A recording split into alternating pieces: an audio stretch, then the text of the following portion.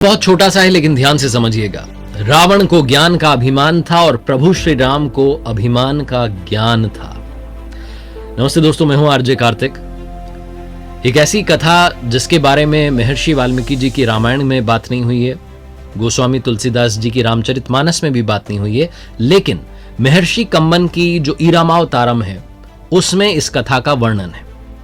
रावण के बारे में कहा जाता है कि रावण शिव भक्त था, विद्वान था। रावण को एक अलग पर्सपेक्टिव से उसकी कुछ ऐसी बातें जो दुनिया तक नहीं पहुंच पाई, उसके बारे में ईरामावतारम में वर्णन किया गया है। कहा जाता है कि जब भगवान श्री राम को लंका पर विजय पाने के लिए सेतु निर्माण करना था, उस समय वो अपने आराध्य शिव जी को आमंत्रित करना चाहते थे, शिवलिंग की स्थापना करना चाहते थे, उनकी पूजा आराधना करना चाहते थे। तो उन्होंने यज्ञ कराने का संकल्प लिया और इसके लिए उन्हें किसी आचार्य की, किसी पंडित पुरोहित की जरूरत थी। जामवंत जी से उन्होंने कहा कि आप कहीं से ढूंढ के लाइए, कोई आचार्य मिल जाए जो यज्ञ संपन्न करवाएं ताकि हम यहाँ शिवलिंग की स्थापना कर पाए। तो जामवंत जी ने कहा कि प्रभु, यहाँ जंगल में, समुद्र तट पर पेड़ पौधे हैं, वन्य जीव हैं, इनके अलावा तो क्या मिलेगा। तो प्रभु श्री राम ने कहा कि हमें ऐसा आचार्य चाहिए जो शैव और वैष्णव दोनों परंपराओं का ज्ञाता हो।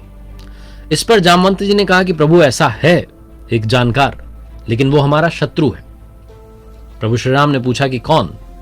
तो जामवंत जी ने बताया कि वो पुलत्स्य मुनि का नाती है, वैष्णव है, शिवभक्त है और दोनों परंपराओं को जानता है, वो रावण है।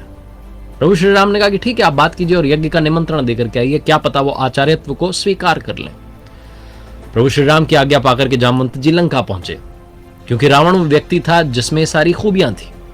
जब रावण को पता लगा कि जामवंत जी लंका आए हैं तो उसने अपने सैनिकों को आदेश दिया कि उन्हें आदर सहित महल तक लेकर के आया जाए, क्योंकि जामवंत जी के जो पितामह थे वो रावण के पितामह के मित्र थे, इसलिए रावण उनका सम्मान करता था। जामवंत जी जब महल में पहुंचे तो रावण ने आदर सहित उन्हें बैठाया और उनसे पूछा कि आपका यहाँ कैसे आना हुआ। तो जामवंत जी ने बताया कि मैं यहाँ पर अपने यजमान के लिए आचार्य को ढूंढने आया हूं और आपको आचार्यत्व का निमंत्रण देता हूं, आप आइए, मेरे यजमान को यज्ञ करवाना है। तो रावण ने पूछा कि आपके यजमान कौन है। तो जामवंत जी ने बताया कि प्रभु श्री राम एक यज्ञ करना चाहते हैं, एक बड़ा लक्ष्य, उसके लिए वो यज्ञ कर रहे हैं और भगवान शिव के शिवलिंग की वहां स्थापना करना चाहते हैं समुद्र तट पर। रावण ने पूछा कि वो लक्ष्य क्या है, लंका विजय। जामवंत जी मुस्कुरा करके बोले हाँ। रावण ने कहा ठीक है, मैं अवश्य आऊंगा, क्योंकि आप मुझे आचार्यत्व का निमंत्रण देने आए, तो आप चिंता मत कीजिए, ये आचार्य वहां आएगा और यज्ञ संपन्न करवाएगा। जामवंत जी को विदा करने के उपरांत रावण खुद अशोक वाटिका में पहुंचा और साथ में अपने सेवकों को आदेश दिया कि आवश्यक सामग्री जो है उसका संग्रह कीजिए।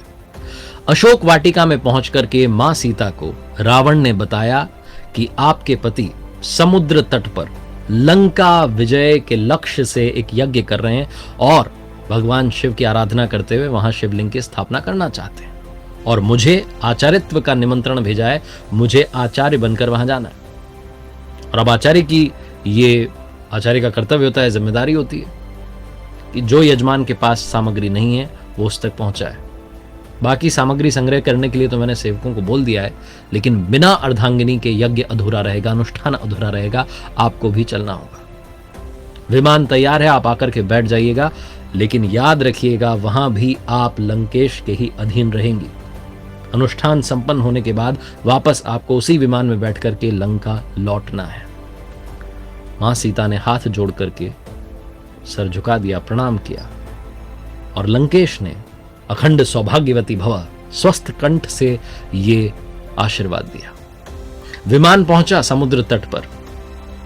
भगवान श्री राम ने भेजा विभीषण को, छोटे भाई लक्ष्मण को, सुग्रीव को कि जाकर के लेकर आइए आचार्य को। आचार्य जब वहां पहुंचे तो स्वस्थ कंठ से भगवान श्री राम को भी कहा, जो कि उनके यजमान थे, उन्हें कहा लंका विजयी भव, दीर्घायु भव। सब लोग चौंक गए कि लंकेश जो है वो ऐसा आशीर्वाद कैसे दे सकता है। यज्ञ जो था वो शुरू होने को था, अनुष्ठान शुरू होने को था। तो आचार्य ने कहा, यानी कि लंकेश ने कहा प्रभु श्री राम से कि आपकी अर्धांगिनी को बुलाइए। अब प्रभु श्री राम कहते हैं कि अर्धांगिनी इस वक्त नहीं है, क्या कोई और विकल्प हो सकता है। तो लंकेश कहता है कि नहीं, क्योंकि आप विधुर भी नहीं हैं, आप अपनी पत्नी को छोड़कर के भी वनवास में नहीं आए हैं। चिंता मत कीजिए, आपकी अर्धांगिनी वहां विमान में बैठी हैं, उन्हें आदर सहित यहां लेकर के आइए।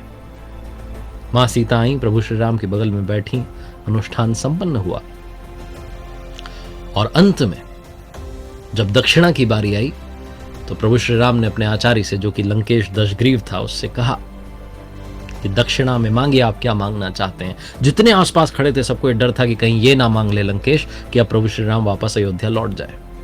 लेकिन रावण ने कहा कि बस दक्षिणा में यही मांगना है कि जब आचार्य की मृत्यु हो तो यजमान सम्मुख उपस्थित हों। और वही हुआ। जब रावण की मृत्यु हुई तो प्रभु श्री राम वहीं थे, रावण को उन्होंने अंतिम दर्शन दिया। ये रावण के बारे में ऐसी कथा जिसका वर्णन महर्षि कम्मन की रामावतारम में है। इसको आज सुनाने का मतलब सिर्फ ये है कि कई बार हम शत्रुता में सारी हदें पार कर जाते हैं। दुश्मनी निभाने में भी कर्तव्य जो है वो अगर बीच में आते हैं तो उन्हें पहले पूरा करना चाहिए। यही रावण की कथा हमें सिखाती है। रावण जो कि विद्वान था, ज्ञाता था, उसके जीवन से जुड़ी हुई कुछ ऐसी कथाएं जो हमें समझाती हैं कि रावण चाहे जितना भी बुरा था लेकिन उसमें कुछ अच्छाइयां भी थी।